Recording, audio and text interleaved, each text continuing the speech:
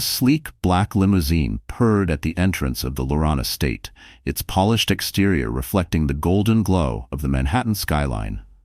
Inside the grand ballroom, laughter and the clinking of crystal glasses filled the air as New York's elite gathered to celebrate Celeste Laurent's birthday. The evening shimmered with extravagance, a perfect display of high society, until the unthinkable happened. As the towering doors swung open, a hush swept through the crowd. Silas Laurent, a billionaire whose name carried weight in financial circles and political backrooms alike, stepped into the room, not with his wife on his arm, but with a strikingly young woman draped in a scarlet gown. Conversations died mid-sentence, champagne flutes lowered. Whispers rippled through the ballroom as curious gazes darted toward Celeste, who remained oblivious to the storm brewing just feet away. Silas had never shied away from scandal. A self-made mogul, he thrived on risk, conquering industries with his relentless ambition. His name was synonymous with power, a staple in the upper echelons of New York's elite. He had mingled with world leaders, financed groundbreaking tech ventures, and donated millions to charitable causes. On the surface, his marriage to Celeste was an enviable union, the perfect blend of wealth, intelligence, and prestige. Celeste, an art historian with degrees from Cambridge and the Sorbonne, had come from old money herself. Her father, Victor Moreau, had funded the expansion of some of Europe's most renowned art museums. Their wedding had been the event of the decade, gracing magazine covers, their love story admired by many. Over the years, Celeste stood by Silas's side at high-stakes business negotiations, proving herself a sharp, strategic mind. To the outside world, they were the ultimate power couple, unshakable. But success had a price. Silas's ambition consumed him, his focus shifting from their marriage to expanding Laurent Enterprises, a conglomerate spanning real estate, tech, and global investments. Late nights at the office became routine. Business trips turned into weeks-long absences. Celeste, ever patient, watched as her husband became more of a stranger. She had hoped that tonight, her birthday, would rekindle something between them, especially with the secret she had yet to share. The secret growing within her. Yet here he was, flaunting his latest conquest without an ounce of shame. The murmurs in the crowd grew louder. Some guests exchanged knowing glances, others watched Celeste with quiet sympathy. Even in the opulence of the evening, the betrayal cut through like a cold blade. Silas had shaped his world with an iron grip, controlling every narrative about his life. But tonight, he had set the stage for a reckoning. And Celeste, standing in the center of it all, realized that the decision she made next would change everything. Silas Laurent's late nights at the office became more frequent. Business trips stretched longer. Celeste had long suspected that her husband's devotion to Laurent Enterprises had begun to overshadow their marriage, but she had never imagined the extent of his distraction. Still, she remained supportive, especially after discovering she was pregnant. This child, she believed, could be the fresh start they needed. Her birthday party would be the perfect opportunity to tell him. Surrounded by family, friends, and the city's elite, she hoped to see a glimpse of the man she had married, the man who once cherished her. As the night approached, the Laurent estate buzzed with preparation. The grand ballroom gleamed under chandeliers polished to a mirror-like sheen. Velvet-draped tables were adorned with arrangements of white orchids and golden candles, filling the air with the soft scent of honeysuckle. The catering staff meticulously prepared a lavish 12-course meal, each dish flown in from world-renowned chefs.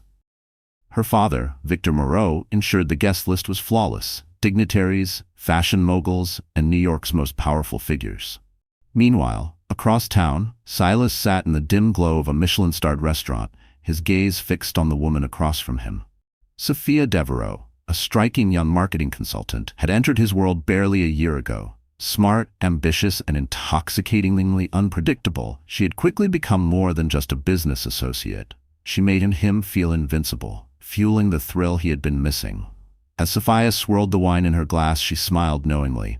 "You're distracted," she mused. Silas smirked. "Just thinking. About tonight?" She leaned in, her voice like silk. "Why don't you take me with you?" It was reckless, a direct insult to Celeste. But as Silas considered the idea, arrogance took hold. He had spent years shaping his own narrative, bending the world to his will. Why should this night be any different? Back at the estate, Celeste stood before her mirror, smoothing the soft fabric of her gown over the growing curve of her stomach. Soon she would share her secret. Soon she would watch Silas's face light up with joy. But the stage was set for something far darker. As the evening began, guests arrived in sleek town cars, stepping into a world of elegance and excess. A string quartet played softly in the corner, their melodies weaving through the chatter of Manhattan's elite. Celeste welcomed each guest with warmth, her practiced grace hiding the nervous flutter in her chest. Then a hush swept through the ballroom. The air grew thick with tension as heads turned toward the entrance. Silas had arrived. But it wasn't his presence that stole the breath from the room. It was the woman on his arm. Sophia. A vision in red, she moved with effortless confidence, her lips curving into a knowing smirk. Guests exchanged glances, whispers spreading like wildfire. And then Celeste saw him, her husband, standing at the threshold, completely unbothered by the storm he had just unleashed. Her fingers tightened around her champagne flute, her breath catching in her throat. This was her night. Their night. And yet, Silas had turned it into something else entirely. The power couple the world admired had just become the center of a scandal. Celeste stood in the glow of the ballroom, her silk gown flowing effortlessly over the curve of her growing belly. Tonight was supposed to be perfect. The evening had been meticulously planned, from the opulent floral arrangements to the 12-course meal curated by world-renowned chefs. Her father, Victor Moreau, had spared no expense, ensuring every guest was someone of importance, real estate tycoons, tech moguls, and even the mayor himself. It was a night for celebration, a night where she would share her most precious secret. The moment was set. After her father's toast, she would stand before the room and announce the life growing within her. She had envisioned it 100 times, Silas's stunned expression melting into joy, the applause of their friends, the warmth of a shared future. But fate had other plans. A shift in the air swept through the ballroom. The once lively chatter quieted, and an unspoken tension spread like wildfire. Heads turned toward the grand entrance, where a hush had settled over the crowd. Silas had arrived, impeccably dressed in a tailored tuxedo. His presence alone commanded attention. Yet it wasn't him that left the room breathless. It was the woman at his side. Sophia Devereaux. She moved beside him with effortless confidence, her crimson gown clinging to every curve, the sequins catching the chandelier's light like fire. Her lips curled into a knowing smirk, as if she relished the chaos she had just ignited. Celeste's fingers tightened around the stem of her champagne flute, her pulse hammering in her ears. She felt the world tilt beneath her, the carefully constructed reality she had clung to unraveling in an instant. This wasn't a mistake. Silas hadn't simply brought a guest. He had paraded his mistress through their home, on her birthday. A slow murmur rippled through the room, whispers of disbelief and scandal passing between guests. Some exchanged wary glances, others openly gawked. Even those well acquainted with the billionaire affair rumors were stunned by the audacity of it. Across the room, Silas met Celeste's gaze. For a fleeting moment, something unreadable flickered in his eyes. But just as quickly, it was gone, replaced by a confident grin as he guided Sophia deeper into the ballroom, as if nothing was amiss. Victor Moreau was at Celeste's side in an instant, his voice low and urgent. "What is the meaning of this?" Celeste barely heard him. Her pulse roared in her ears, a mix of rage, humiliation, and heartbreak tightening in her chest. This was supposed to be her night, and yet Silas had just made it the beginning of her reckoning. A few guests turned away in quiet disapproval, their loyalty to Celeste evident in the way they refused to acknowledge the unwelcome arrival. Others, ever the opportunists, swarmed Silas and Sophia like moths to a flame, eager for gossip and scandal. Then, as if the air itself had grown heavier, the crowd hushed. Silas approached Celeste, stopping just inches from her. He carried himself with the same effortless confidence that had once made him magnetic, yet now, it only felt like a dagger to her chest. Behind him, Sophia hovered, her presence like a dark omen. "Happy birthday, darling," Silas said smoothly, leaning in to brush a chaste kiss against Celeste's cheek. The contact was empty, a mere formality, His voice was devoid of warmth, and yet the room still held its breath as if waiting for the inevitable explosion. Celeste's emotions churned: rage, betrayal, heartbreak. But she had spent a lifetime mastering composure. She would not give them the satisfaction of seeing her break. Instead, she met his gaze with icy resolve. "Thank you for coming," she said, her voice even but tight. Silas stepped aside, and Sophia took his place. "It's wonderful to finally meet you, Celeste," she said, her tone laced with false sweetness. "I've heard so much about you." Celeste forced herself to hold her ground. She would not let Sophia see her falter. "Likewise," she replied, her single-word answer dripping with tension. The guests standing closest could feel the charge in the air. A few exchanged nervous glances, while others leaned in, sensing the quiet war unfolding. Victor Moreau, ever the dignified host, stepped forward, seizing the moment before the tension could boil over. He took the microphone, his voice steady as he prepared to deliver the evening's formal toasts. The atmosphere shifted slightly, the focus now forced away from the scandal unfolding at the center of the room. Still, beneath the polished veneer of elegant conversation, a storm brewed. Dinner began in a golden glow of candlelight, servers moving with practiced grace as they presented each lavish course. The sound of fine crystal clinking filled the air, and conversation ebbed and flowed. Yet no one at the head table was truly at ease. Celeste sat between her father and Silas, the presence of Sophia just a seat away like a physical weight pressing down on her. The arrangement had been made before anyone knew the identity of Silas's guest, before anyone realized he would dare to turn his wife's birthday into a billionaire scandal. Tension thickened with every passing minute. Celeste kept her posture straight, her fingers brushing absently against her abdomen. Her baby moved within her, a soft flutter, a silent reminder of what truly mattered. She would endure this night, she had to, but she would not forget. The clinking of glasses filled the grand ballroom, but Celeste barely heard it. Guests raised their flutes in her honor, offering polite smiles and murmured well wishes. Yet, beneath the shimmering chandeliers and polished marble floors, her thoughts raced. Why had Silas done this? Why, on this night of all nights, had he chosen to humiliate her so openly? Midway through dinner, Victor Moreau stood, tapping his glass with a silver spoon. The hum of conversation quieted as every eye turned toward him. A father's pride shone in his expression as he gazed at Celeste. "I have watched my daughter grow from a curious, determined child into a remarkable woman," he began, his voice rich with emotion. "Her passion, her loyalty, and her kindness have brought immeasurable light to our family. And tonight, I want to raise a toast to Celeste, who never ceases to amaze me." Applause rippled through the room, but Celeste's hands trembled in her lap. This was supposed to be the moment.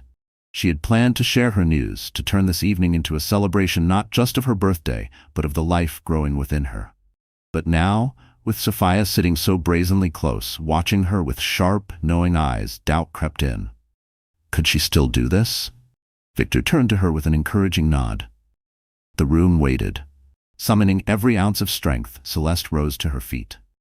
One hand instinctively rested over her stomach, the other gripping her champagne flute.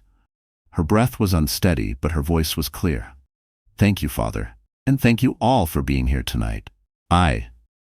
She hesitated for only a second before forcing herself forward. "I have a little surprise to share with you." Silas's expression was unreadable.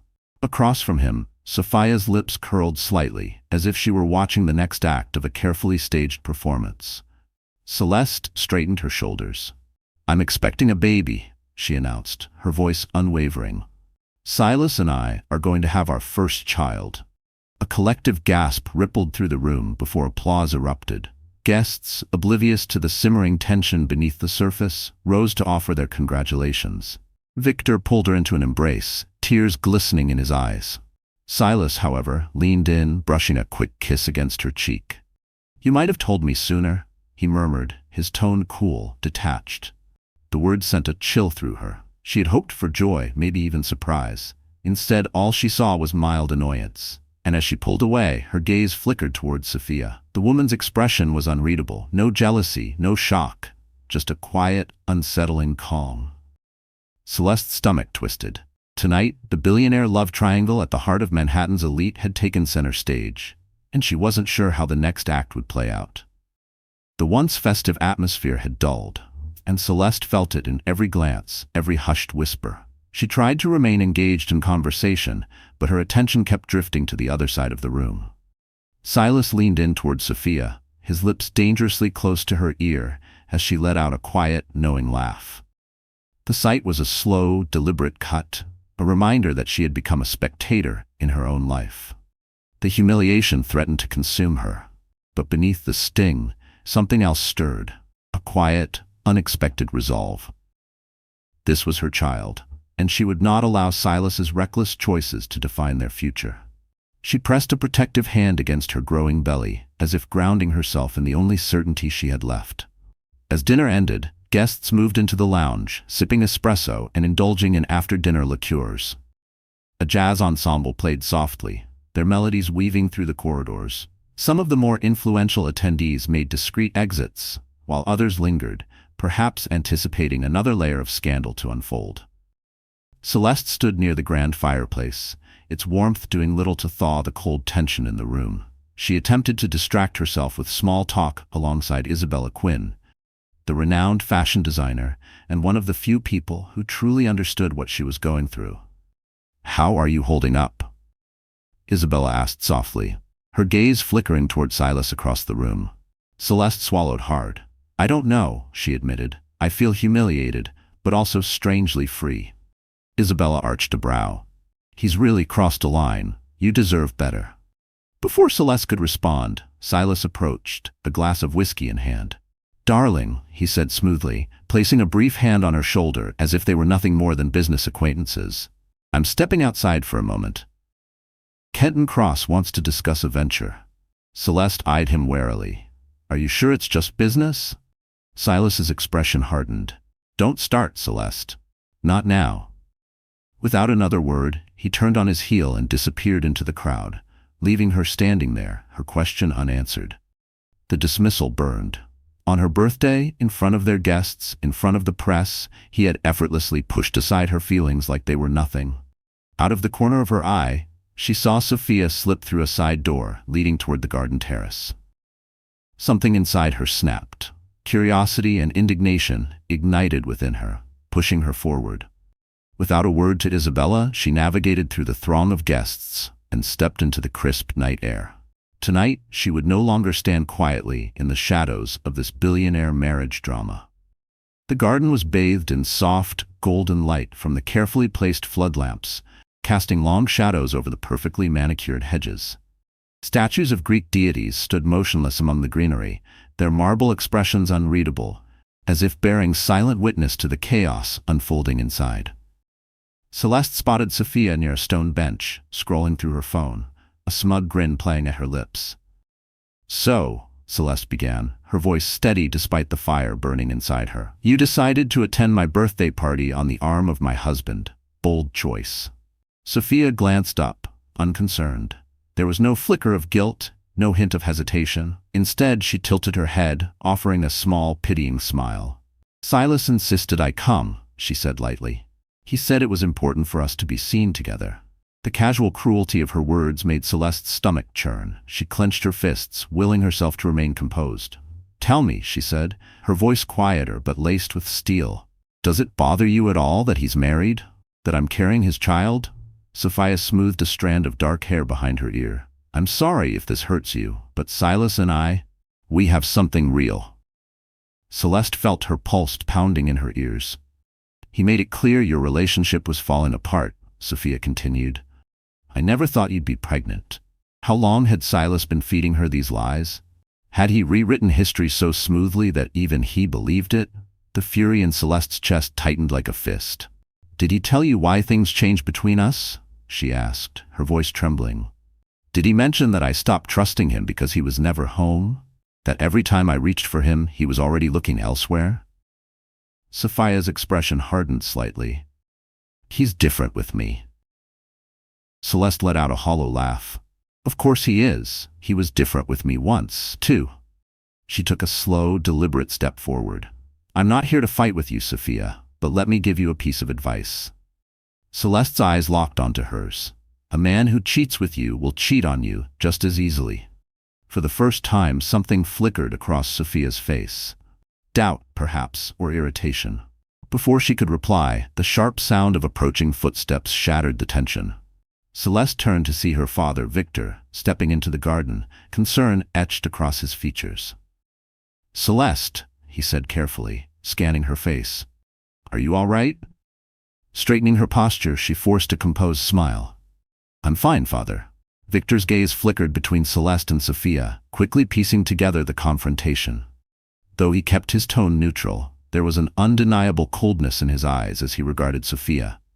The billionaire cheating scandal had just reached its breaking point, and Celeste knew the battle was far from over. Victor's gaze was unreadable as he turned to Sophia, his voice cool but commanding.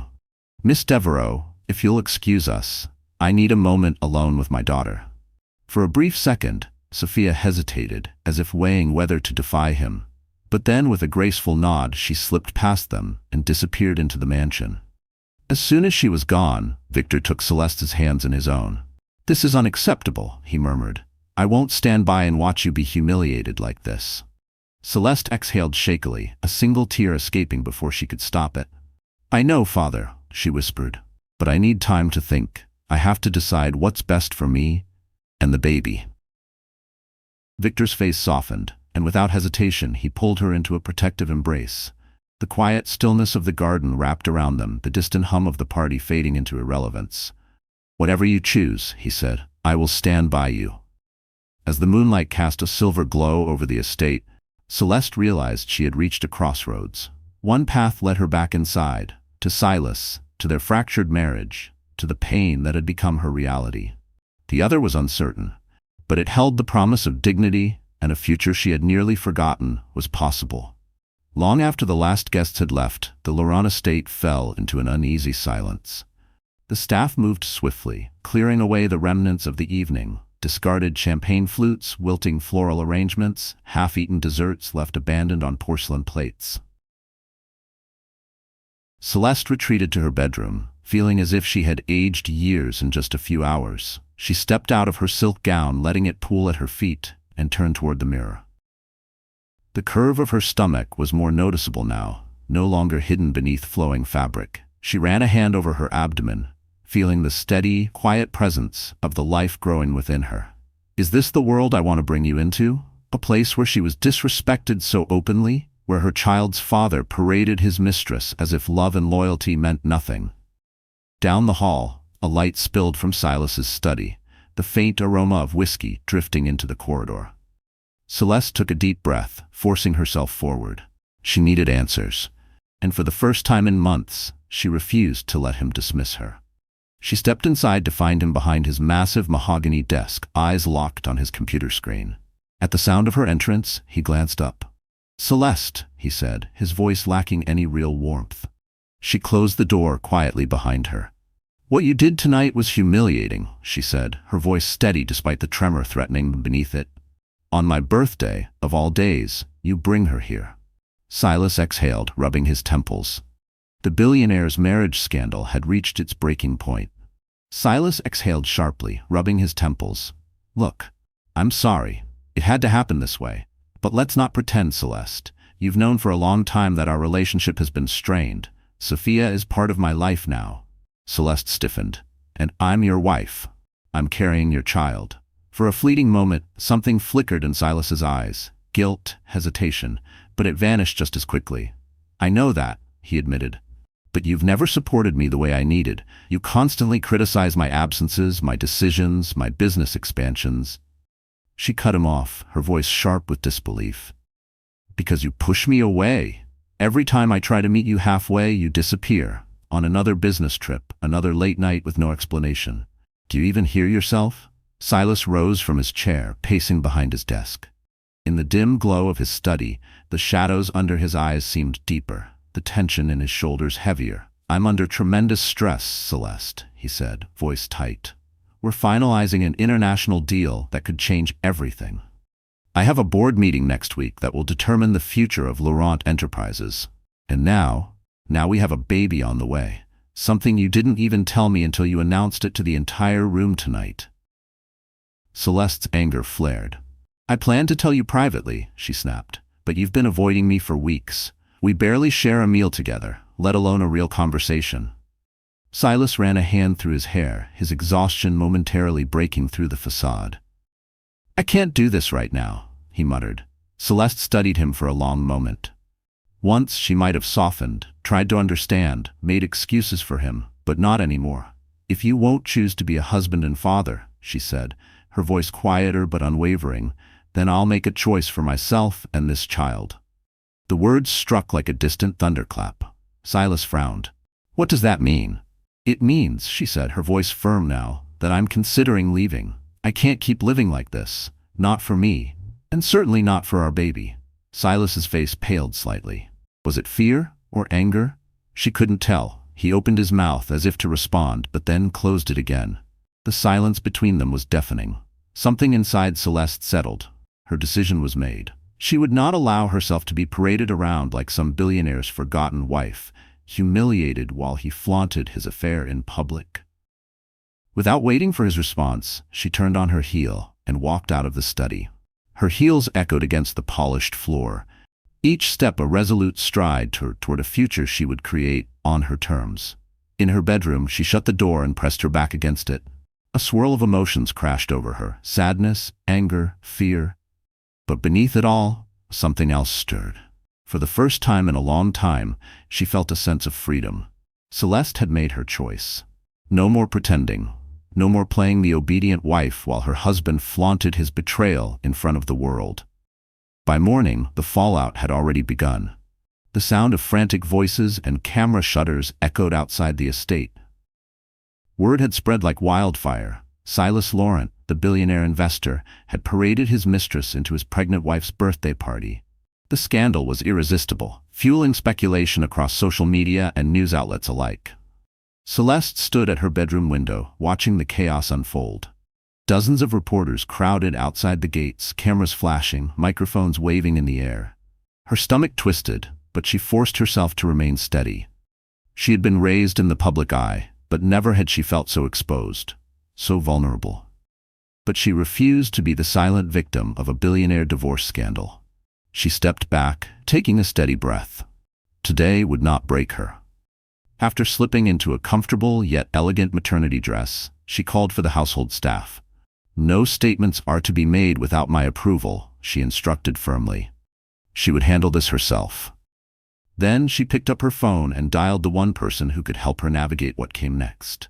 "Margaret," she said, as soon as the call connected. "I need your advice. Things have gotten complicated." Margaret Pierce, one of the most formidable names in family law, responded with reassuring calm. "Tell me everything." Celeste exhaled, gripping the phone tighter. "Silas openly brought another woman into our marriage, in front of everyone. I need to protect myself and my baby." Margaret didn't miss a beat.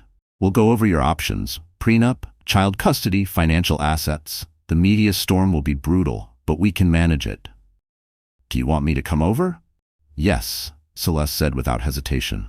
"I need to figure out the best course of action sooner rather than later." By mid-morning, Margaret arrived, carefully maneuvering past the reporters. She was a sharp, impeccably dressed woman whose mere presence exuded control. Meanwhile, Silas had already left for his office, dodging the press entirely. Celeste had no doubt that he was already working on damage control, spinning a narrative that painted him as the victim of a crumbling marriage rather than the architect of its destruction. But she wouldn't let him define the story. She had lost control of her marriage, but she would not lose control of her future. And as she prepared to meet with Margaret, she vowed, Silas Laurent may have humiliated her, but he would never break her. Margaret sat across from Celeste in the sunlit parlor, her sharp eyes filled with both warmth and steely resolve. A notepad rested in her lap, her pen poised. "The first question is simple," Margaret said. "Do you intend to remain married?" Celeste hesitated, her mind flickering back to the past. Their wedding day, the quiet moments of shared laughter, the nights they had spent dreaming about the future. But those memories had long since been overshadowed by secrecy, distance, and betrayal. Finally, she exhaled and shook her head. "No. I can't see a way forward with Silas. He's made it clear where his priorities lie. I won't subject myself or my child to that kind of instability." Margaret nodded, jotting down notes. Understood. In that case, we can file for divorce on grounds of adultery and emotional cruelty. Your prenuptial agreement entitles you to significant assets, but we need to ensure Silas doesn't manipulate his financials before proceedings begin. Celeste's hand instinctively rested over her abdomen. And custody? Margaret's expression softened. We'll file for shared custody, but if you can prove it's in the child's best interests to be primarily with you, given Silas's public behavior, that won't be difficult. They spent the next hour strategizing, reviewing documents, discussing legal approaches, and preparing for the inevitable media storm. Halfway through, Victor joined them, placing a reassuring hand on Celeste's shoulder. You're not going through this alone, he told her firmly. Celeste felt a wave of gratitude. Despite everything, she still had a strong foundation beneath her. When Margaret finally departed, Celeste knew the hardest part was still ahead. She squared her shoulders, took a deep breath, and stepped out onto the front steps of the estate. The moment she appeared, the press erupted. Cameras flashed in rapid bursts, microphones jostled forward, and frenzied voices called out her name. She raised a hand, steadying herself against the whirlwind of attention. "Thank you all for coming," she began, her voice wavering slightly before she steadied it. "I would prefer privacy during this difficult time. However, I understand there are questions." The noise swelled. A voice called out above the rest. "Are you divorcing Silas Laurent?" Celeste met the sea of cameras, her posture unwavering. "I'm consulting with my legal counsel regarding all available options," she said calmly. She wouldn't let this high-profile divorce battle define her. She would define it herself. "That's all I can share for now." Celeste turned away, ignoring the avalanche of follow-up questions from reporters. Camera flashes erupted around her, voices overlapping in a desperate attempt to pull more from her. But she didn't stop. Her heart pounded, but she kept her head high. This was the start of her own story, one where she would no longer be defined by Silas Laurent's shadow.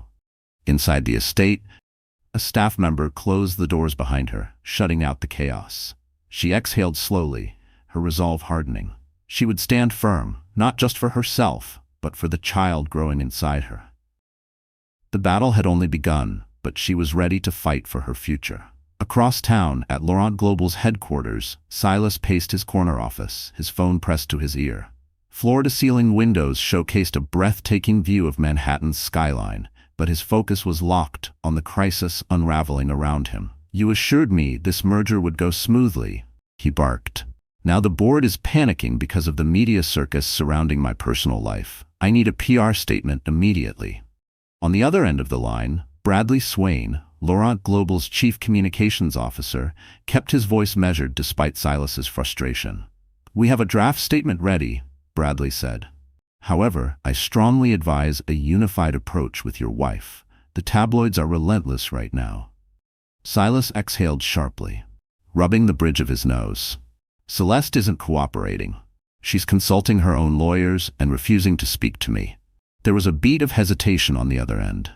"With all due respect, if you and Mrs. Laurent appear combative, it could hurt the company's public image even more. The board wants stability." Silas slammed his fist against the desk. "If the board is so concerned, they should remember how much Laurent Global owes to my leadership." His jaw tightened as he ended the call abruptly. The reflection staring back at him from the polished surface of his desk was not the man he prided himself on being. Silas Laurent had built an empire, controlled markets, dictated outcomes. And yet, this billionaire marriage scandal was spiraling beyond his grasp. His phone buzzed with incoming texts: Sophia, acquaintances, business partners, some seeking clarity, others, undoubtedly, looking for gossip. Before he could respond, a knock sounded at the open door. Kettencross stepped inside, closing the door behind him. A longtime associate in real estate, Kenton had witnessed the birthday party fiasco firsthand. "You've really stirred the pot this time, Silas," Kenton remarked, settling into the chair across from his desk. Silas exhaled, leaning back in his chair. This was no longer just a PR disaster, it was war. Kenton leaned back in his chair, his expression unreadable. "The business community is already whispering, Silas. They're wondering if you can't handle your personal life. How can you handle billion-dollar deals?" Silas bristled. "I know how to manage my affairs." The tabloids will move on once the next scandal pops up. Kenton crossed his arms, watching him carefully. And Celeste? She looks serious about taking the baby and walking away. You stand to lose a lot if you don't handle this diplomatically. Silas's jaw tightened. You think I don't know that? I've been going over the prenup. My lawyers assure me we have options. Kenton shook his head. But is a nasty legal battle worth it? The public loves Celeste. She's philanthropic, well-spoken, practically royalty in certain circles. If she plays the sympathy card, you'll be painted as the cold-hearted husband who flaunted his mistress in front of his pregnant wife. You might win the merger, but you'll lose in the court of public opinion. And that could hurt your bottom line more than you realize. Silas exhaled sharply, pressing his fingers to his temples as the headache he'd been suppressing all morning began to take hold. So what do you suggest? Talk to her, Kenton said simply. Come to an agreement. Maybe it's time you realize that salvaging your reputation is more important than protecting your ego. Silas shot him a glare, but said nothing. Deep down, he knew Kenton was right. His entire empire was built on public trust, investor confidence, and the illusion of control. And now, that carefully constructed image was cracking. Stocks had already dipped, and whispers of investors pulling out were growing louder. When Kenton finally left, Silas slumped into his chair. His phone buzzed. Sophia. He stared at the screen, debating whether to answer. Finally, he swiped to take the call. What do you need? He asked, his tone clipped. Sophia's voice was soft. I'm worried about you. The media is hounding me too. People are calling me a homewrecker, saying horrible things online. He sighed heavily. It'll blow over. Don't respond to them. A pause. Then, her voice turned hesitant. And us? Where do we stand if Celeste files for divorce? Silas's mind reeled. He saw his future unfolding, either losing massive portions of his wealth in a bitter divorce or dragging Celeste through a brutal legal fight. Neither option was appealing. I don't know, he admitted finally. Before she could respond, he ended the call. His phone landed on the desk with a dull thud. For the first time in his life, Silas Laurent felt something foreign. Powerlessness. The billionaire cheating scandal wasn't just a headline anymore. It was his reality. For the first time in years, Silas Laurent felt trapped.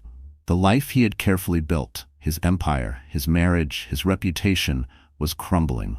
His company wavered under the weight of scandal, his marriage teetered on the edge of collapse, and Sophia was already demanding reassurances.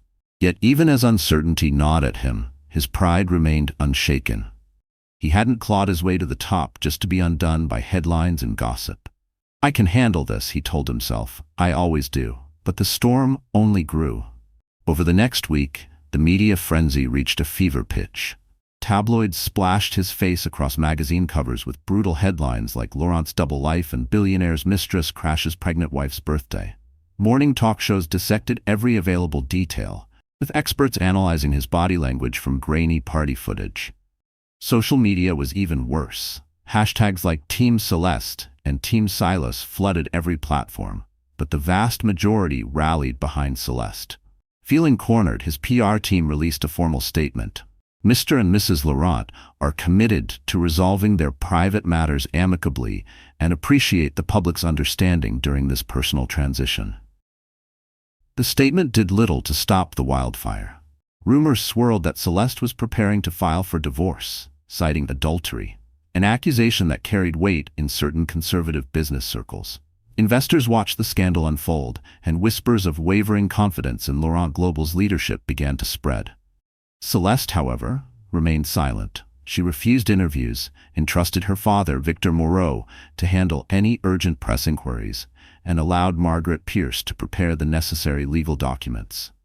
The Laurent estate became a fortress. Security tightened, the gates remained shut, and staff were under strict orders to turn away outsiders. But life had to continue.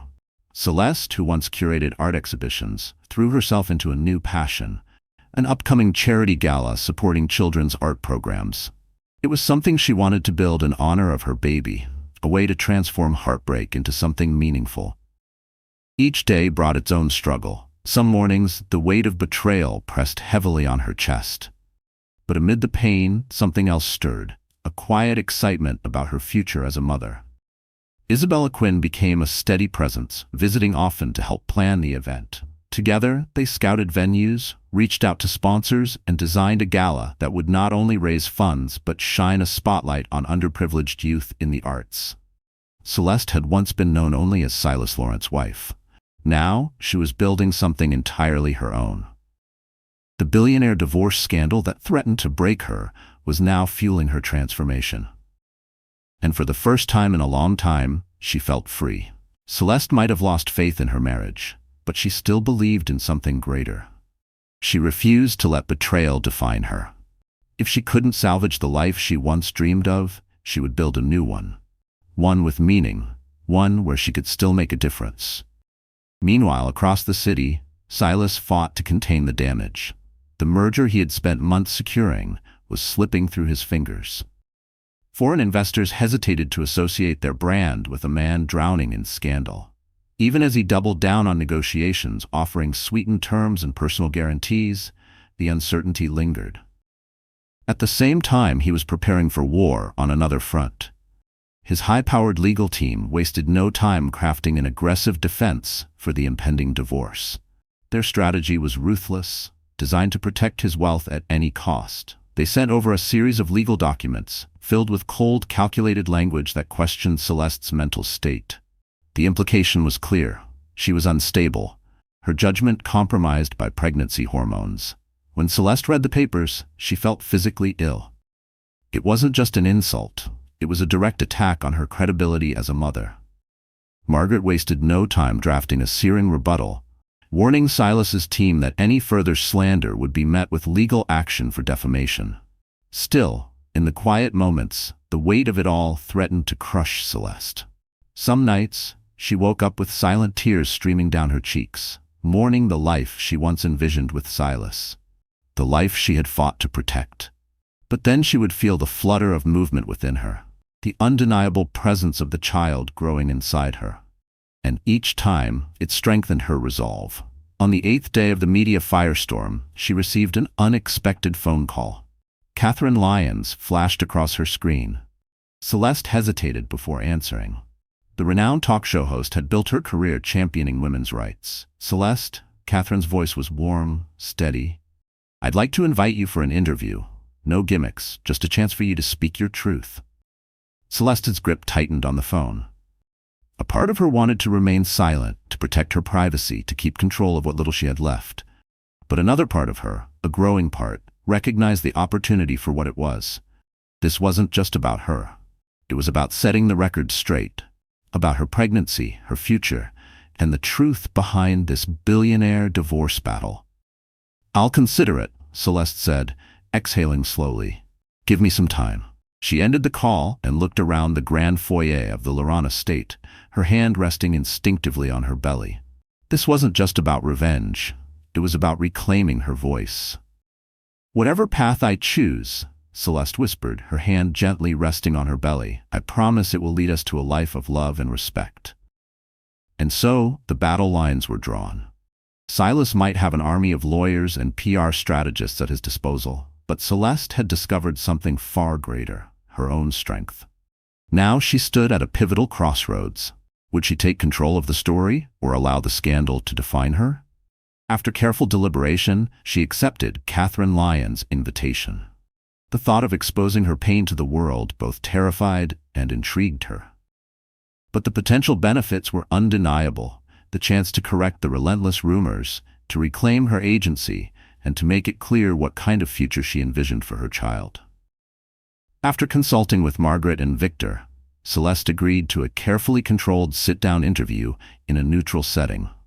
On the evening of the broadcast, she arrived at the production studio, which had been transformed into an intimate living room-style set. Soft lighting framed 2 elegant armchairs facing each other, separated by a table with a modest floral arrangement and 2 glasses of water. Off-camera, a small crew whispered final adjustments, ensuring microphones and cameras operated flawlessly. Catherine greeted Celeste warmly, giving her a reassuring hug. "Remember, you're in control," she whispered. "If at any point you feel uncomfortable, just say so." Celeste nodded, inhaling deeply. Dressed in a modest yet sophisticated gown, she exuded quiet elegance, But beneath the poise, her eyes carried the weight of everything she had endured. The countdown began. As the cameras rolled, Catherine turned toward the lens. Good evening. Tonight I'm joined by Celeste Moreau-Laurent, who has found herself at the center of a billionaire marriage scandal involving her husband, Silas Laurent. Celeste, thank you for being here. Celeste offered a composed smile. Thank you for having me, Catherine. Catherine leaned in, her tone filled with genuine concern. You've remained largely silent since the reports surfaced about Silas's affair. Why choose to speak now? Celeste folded her hands in her lap, exhaling slowly. This past week has been overwhelming, she admitted. I've been hounded by paparazzi and my family's privacy has been invaded. But I've also realized something important. When you stay silent, you allow others to control your story. She met Catherine's gaze, her voice steady. I want people to understand, I am not just Silas Laurent's wife. I am my own person, and I have my own story to tell. Catherine nodded, leaning in with quiet understanding. And for the first time in weeks, Celeste felt truly heard. Catherine's voice remained steady, though the weight of the conversation was unmistakable. I understand you're expecting your first child with Silas. How has that impacted your decisions? Celeste's hand instinctively rested on her growing belly, as if drawing strength from the life inside her. Becoming a mother changed everything, she said softly. It made me realize what I'm willing to accept and what I won't. I can't raise my child in a home built on deception. Catherine nodded, her gaze filled with understanding. There are those who believe that marital problems should be handled privately. What do you say to them? Celeste's voice wavered, but she refused to look away. Normally, I would agree, but when your husband parades his mistress into your birthday party in front of hundreds of guests, it stops being private. A small, bitter laugh escaped her. It becomes public humiliation. And the media? They thrive on scandal. Staying silent only lets them tell my story for me. Catherine leaned forward slightly, her expression serious. The rumor mill suggests you're seeking a divorce. Is that true?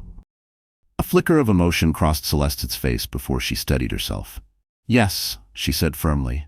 I am filing for divorce. I have to protect myself and my child. Silas's affair, it wasn't the only problem, but it was the final straw. A heavy silence filled the studio. The weight of her words settled like a quiet storm. Catherine glanced at her notes, then carefully chose her next question. Alexander's legal team has made statements questioning your emotional stability due to your pregnancy. How do you respond to that? Celeste's eyes flashed with anger. I'm not surprised, she said, her voice sharper now. It's a common tactic, discredit the woman, especially if she's pregnant. But let's be clear. I'm under a doctor's care. I'm healthy, and if anything, pregnancy has given me more clarity. I know exactly what I want for my future. Catherine leaned back, a soft smile breaking through the tension. And what do you envision for that future? For yourself and your child? For the first time in the interview, Celeste's expression softened.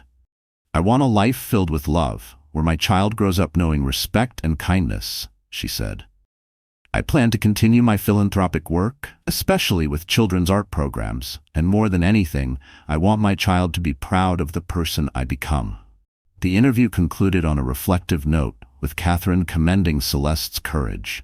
Thank you for your honesty tonight, she said. Your story will resonate with so many who have faced similar betrayals. As the cameras powered down, Celeste exhaled deeply, feeling lighter than she had in weeks. For the first time since the billionaire divorce scandal began, she had spoken her truth, on her terms. Catherine stood, embracing her gently. You took back your story tonight, she whispered. Celeste smiled. Yes, she had, and she wasn't done yet. You were incredible, Catherine whispered as she hugged Celeste one last time. Stay strong. When Celeste stepped out of the studio, the crisp night air met her, but it was nothing compared to the warmth of the man waiting for her.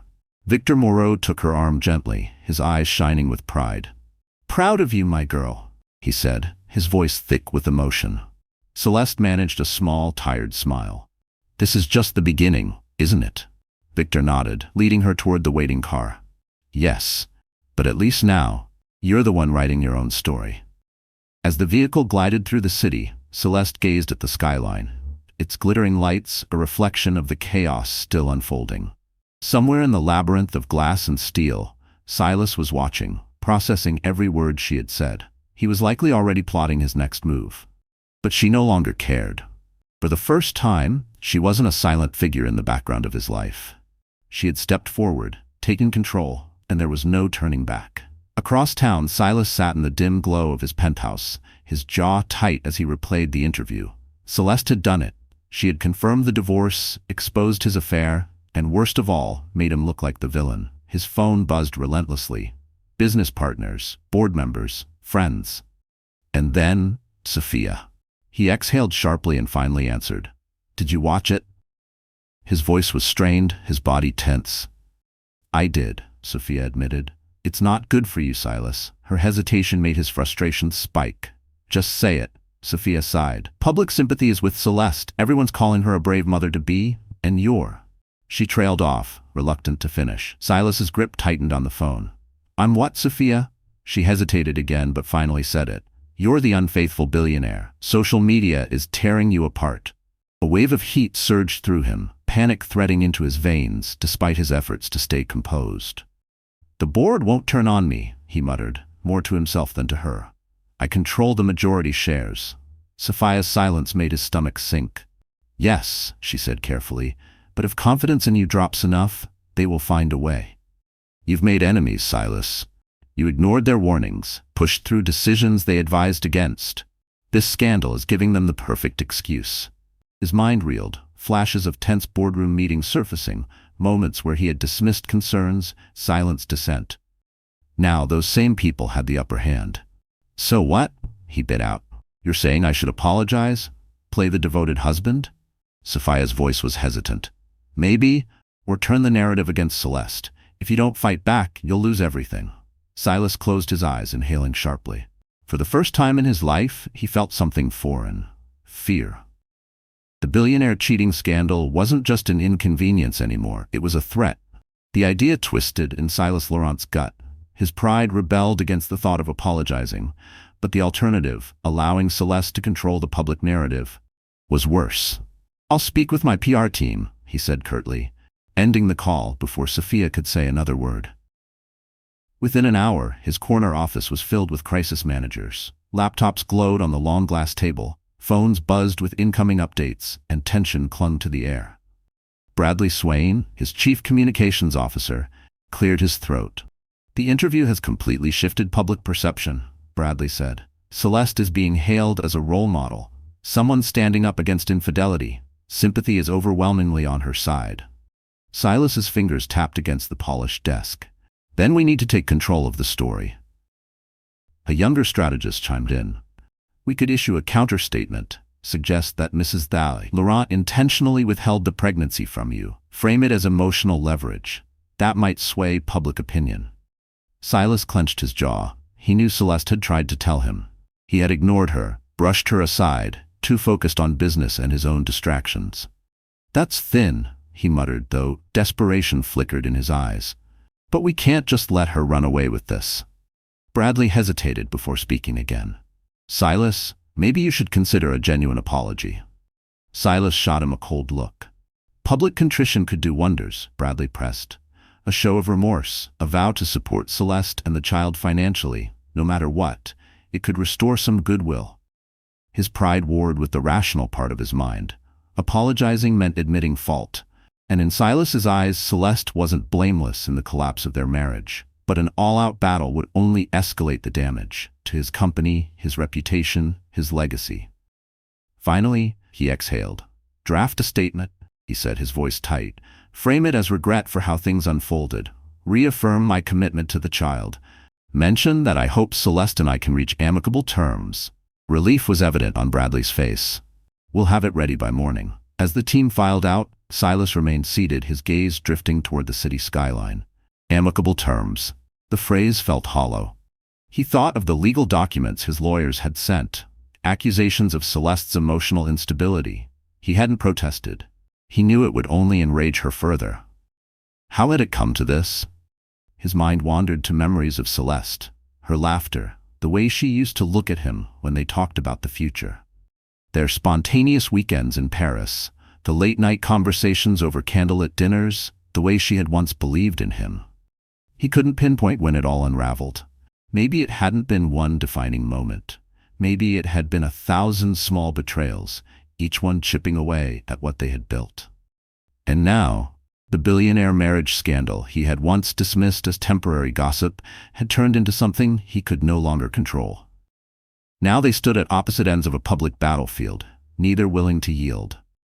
Silas exhaled sharply, running a hand through his hair. For the first time, a small voice inside him whispered that maybe Celeste wasn't the only one hurting.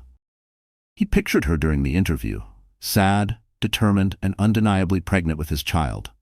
For a fleeting second, guilt gnawed at him. But then, anger surged back.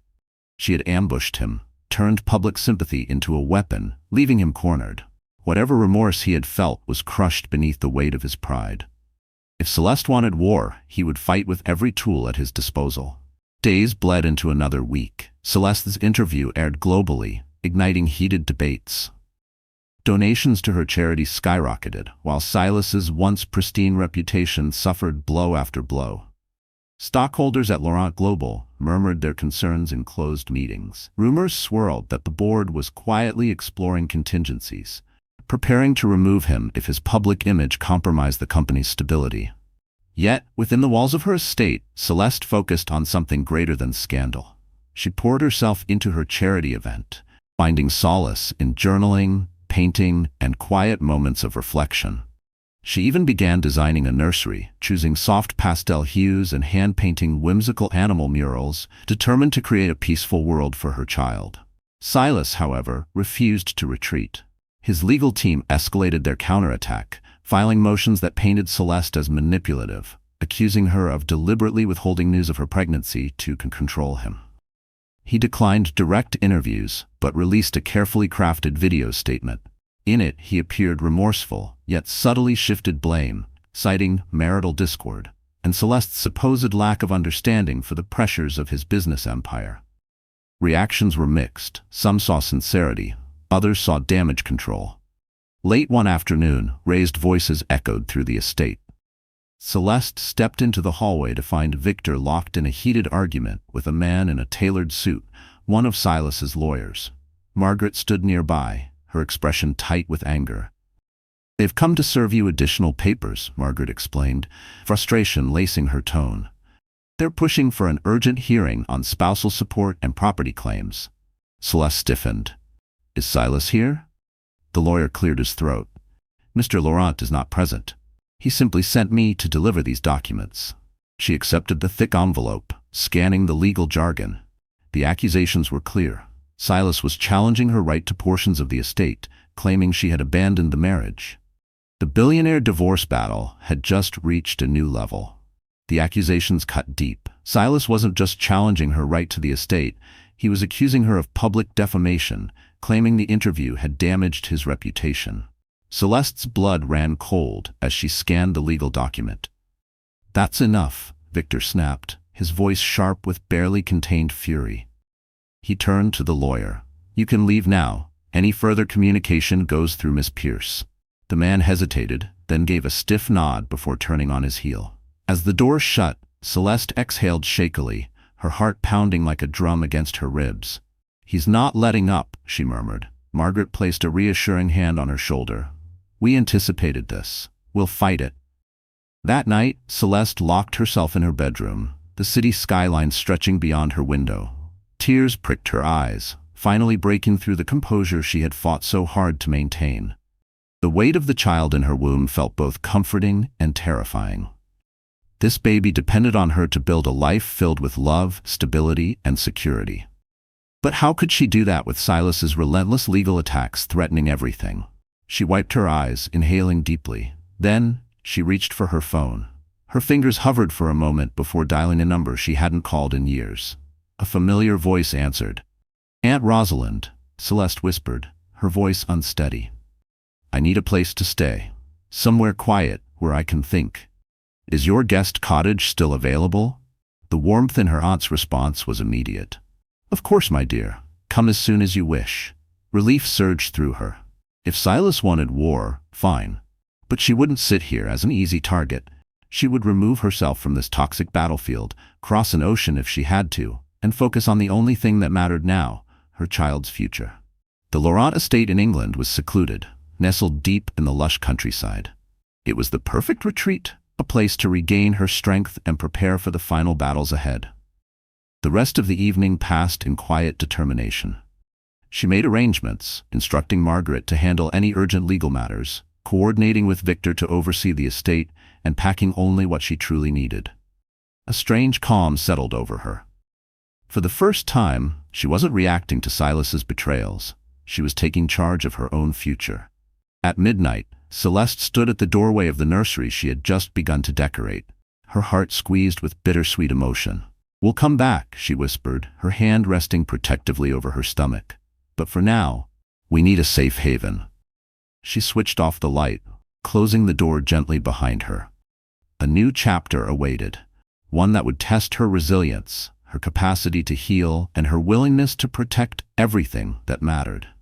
The billionaire divorce scandal had taken so much from her, but it would not take this. What truly mattered now was the future. No matter what tactics Silas used, Celeste was certain of one thing. Neither she nor her child would ever live in the shadows of his ego and deception again. Her departure from New York was swift and silent. To avoid the press, a private car took her through a discreet airport entrance, where she boarded a small jet bound for England. As the aircraft hummed softly, lifting above the dazzling city lights, she watched the skyline fade into the distance until it was nothing more than a memory. For the first time in weeks, she could breathe. In the quiet solitude of the cabin, she flipped through old photographs, images of a life that now felt like someone else's dream. Their wedding day, two beaming faces full of hope. Honeymoon snapshots in Santorini, laughter bathed in golden sunsets. Philanthropic galas where they stood arm in arm, picture perfect for the cameras. Once, they had built something beautiful. Where did it all go wrong? The question still lingered, but it no longer carried the same sting. She was moving forward, and some answers no longer mattered. By dawn, her plane touched down on a fog-veiled runway in England. Aunt Rosalind was waiting, regal as ever, streaks of silver in her hair. The moment Celeste stepped onto the tarmac, her aunt pulled her into a warm embrace. "My darling girl," Rosalind murmured. "You've been through so much." Celeste swallowed the lump in her throat. "I just need time, away from all of it." Hand in hand, they climbed into a vintage Bentley, the countryside stretching before them, in rolling hills dotted with stone cottages and grazing sheep. Eventually, they arrived at Rosalind's sprawling estate, a world away from the gleaming opulence of the Laurent mansion.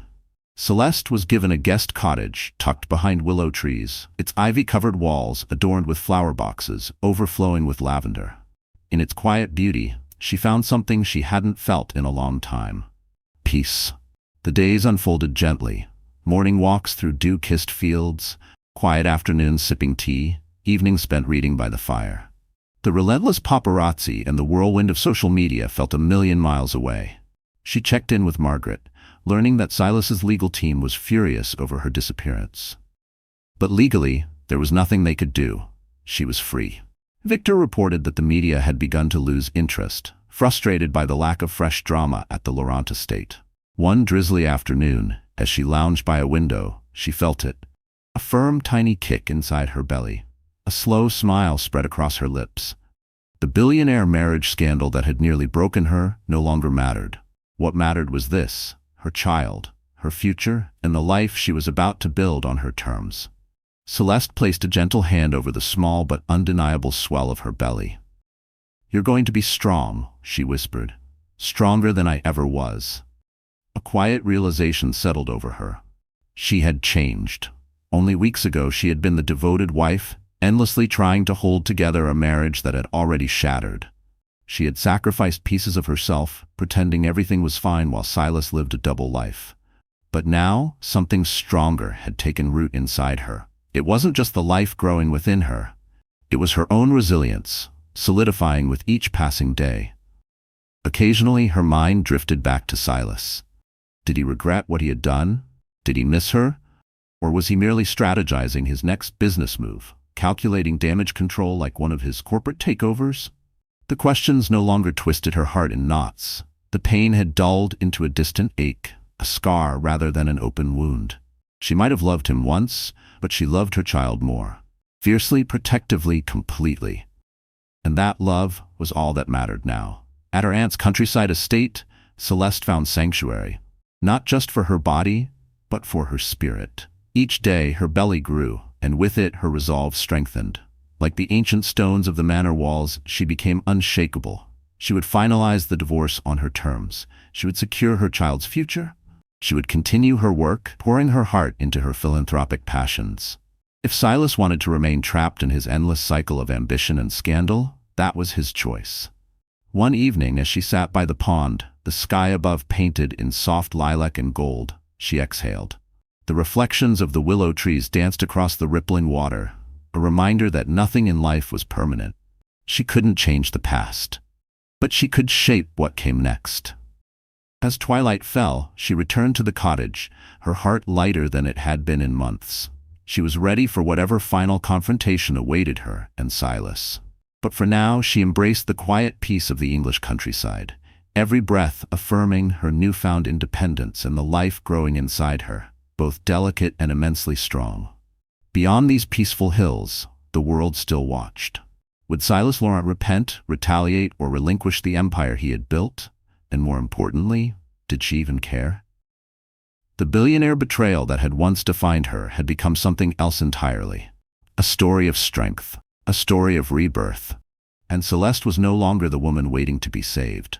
She was the one writing her own ending. Celeste thought the battle was over, but Silas Laurent was never the type to surrender easily. 2 weeks after Celeste arrived in England, a letter was delivered to Rosalind's estate. Not an email from a lawyer, not a cold court notice, a handwritten letter. The strong, familiar handwriting made her chest tighten. She hesitated before opening it. Celeste, you can leave, but you can't change the fact that we have a child together. I need to see you. No lawyers, no press, just us. Silas. She gripped the letter, a storm of emotions stirring inside her. The last time they had spoken, he had been trying to manipulate the situation, grasping at control. But now, something felt different. Should she meet him? Rosalind noticed the hesitation in her eyes. You don't owe him anything, Celeste, she said gently. I know, Celeste sighed, but maybe this is the last time. She chose a quiet cafe in the English countryside, away from the world that had once consumed them. Silas was already there when she arrived. He looked the same, impeccably dressed, the image of power, but there was something weary in his eyes, something almost defeated. Celeste sat across from him, her posture calm but firm. What do you want, Silas? He studied her for a long moment before speaking. I lost. The words caught her off guard. I thought I could control everything, he admitted, voice low. But I couldn't. You proved that. His gaze flickered to her growing belly. I've lost you, Celeste, but I don't want to lose my child. Her arms crossed instinctively. Are you worried about losing us or losing your reputation? Silas exhaled sharply, rubbing his temples. Maybe both. But most of all, I don't want my child growing up without knowing me. Celeste didn't respond right away. For the first time, there was no legal maneuvering, no carefully crafted PR spin, just a man coming to terms with the consequences of his actions. What do you want? She finally asked. Shared custody, he said. I won't take the child from you, but I want to be a part of their life. Celeste stayed silent. No threats, no conditions, just a simple request. I'll think about it, she said. Silas nodded, accepting her answer. A month later, Celeste signed the divorce papers. She had won, not through revenge, not through destruction, but by reclaiming her own freedom. Silas kept his word. He didn't fight her, didn't try to control the outcome. They reached a civil agreement, one that allowed their child to have both parents without being trapped in their war. As Celeste put the final signature on the paperwork, she looked out the window at the sky. No fear, no pain, just peace. She had walked away from Silas Laurent, and this time, there was no turning back.